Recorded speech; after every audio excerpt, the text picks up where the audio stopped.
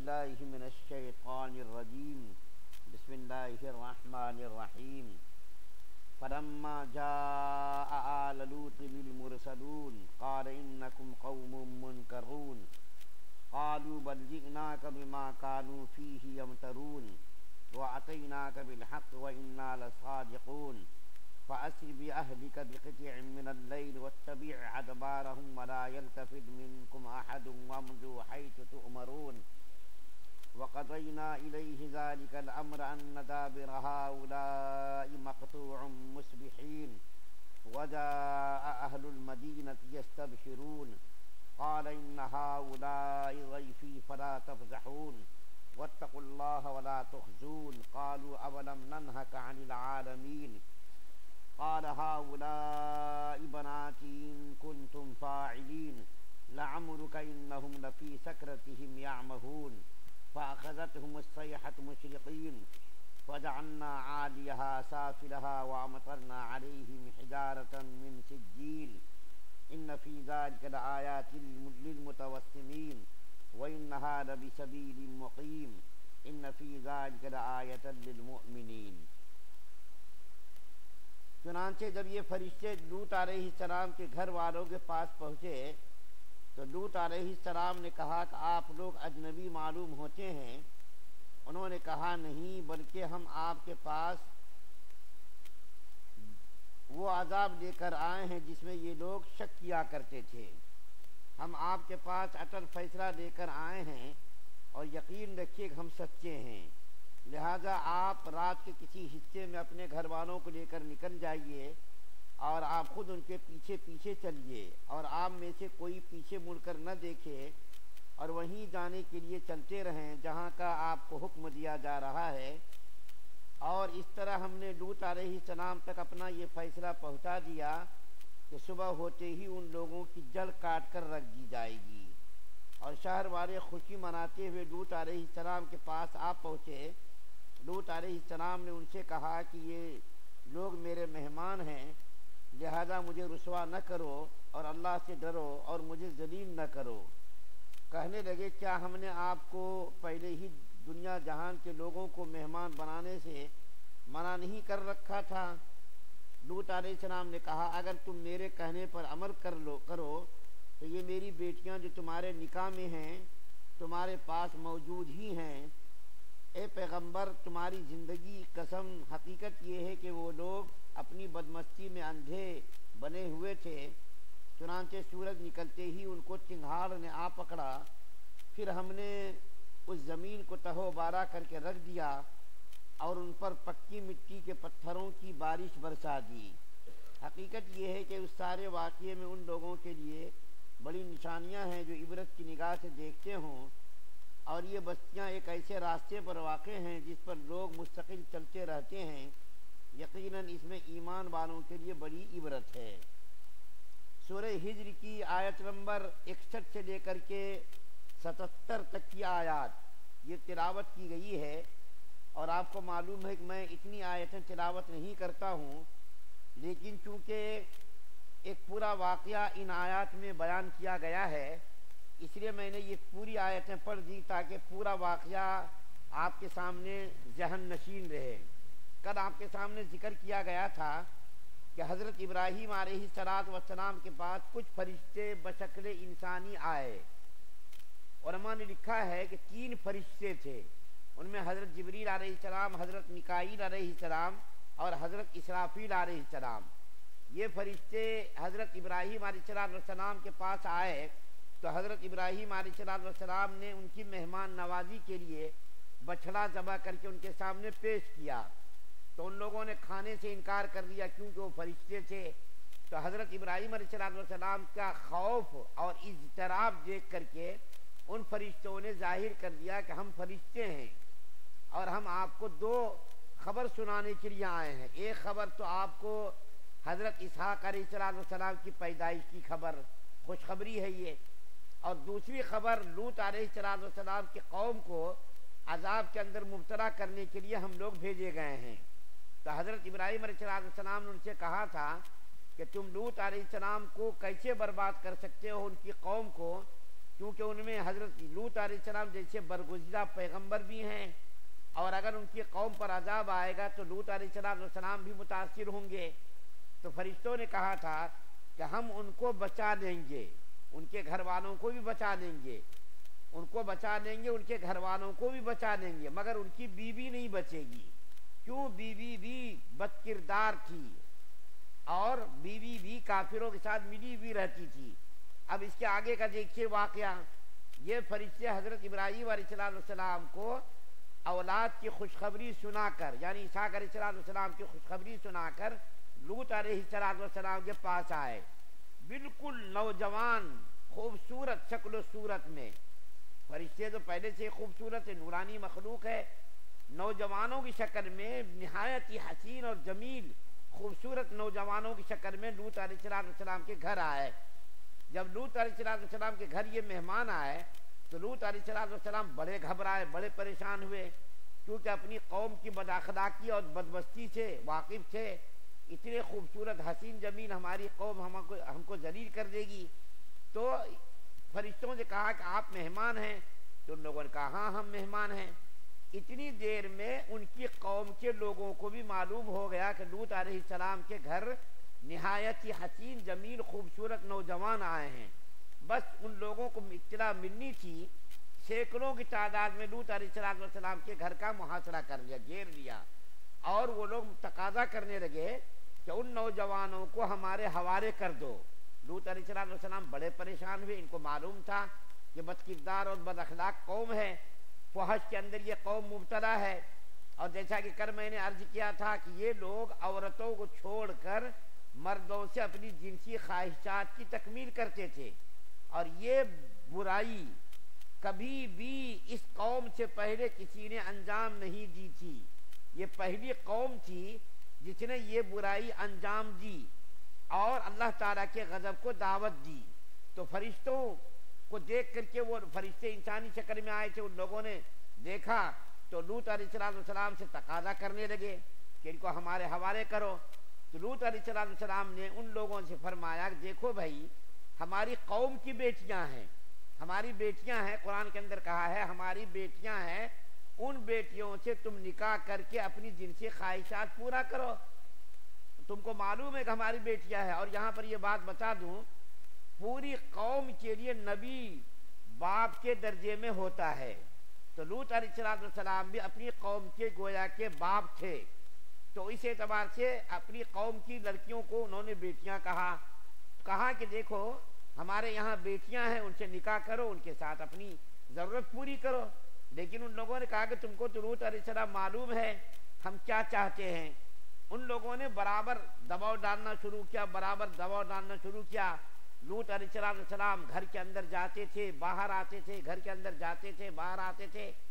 نہایت ہی پریشانی کے عالم میں لوط علیہ السلام نے اس بات کا اظہار کیا، کاش کہ ہمارا بھی کوئی مددگار ہوتا، کوئی معاون ہوتا، کہ ہم ان سے، اس قوم سے لڑتے، اس قوم کا مقابلہ کرتے۔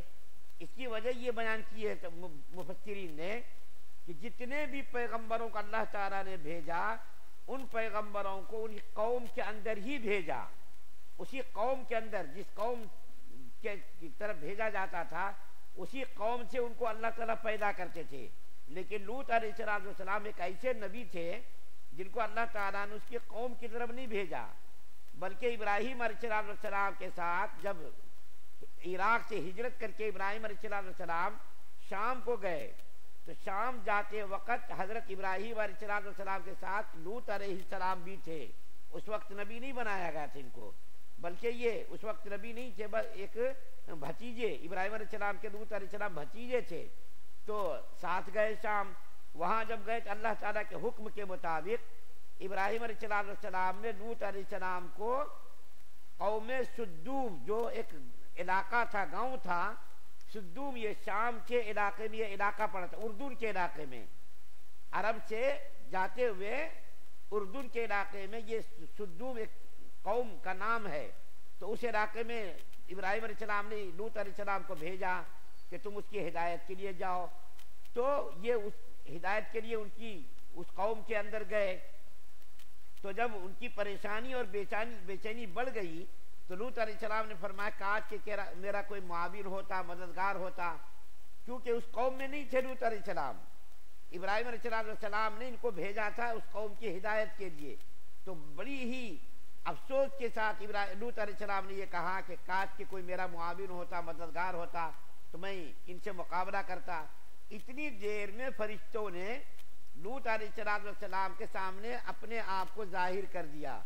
لوط علیہ السلام جب بالکل بے چین اور پریشان ہو گئے تو فرشتوں نے ظاہر کر دیا کہ ہم فرشتے ہیں، آپ پریشان مت ہوئیے، یہ میرے اوپر قابو نہیں پا سکیں گے، آپ کو پریشان ہونے کی ضرورت نہیں ہے. بس آپ ایسا کیجئے، آج کی رات کے آخری حصے میں اپنی قوم، جو مسلمان قوم ہے، جو صاحب ایمان ہیں، جنہوں نے آپ کے اوپر ایمان قبول کیا ہے، ان کو رات کے آخری حصے میں لے کر کے گاؤں سے نکل جائیے اور کوئی پیچھے مڑ کر نہ دیکھے، کوئی پیچھے مڑ کر نہ دیکھے، اور آپ ان کو لے کر کے چلیے اور پیچھے پیچھے آپ چلیے. سب کو آگے بھیج دیجیے، آپ پیچھے چلیے. کیوں؟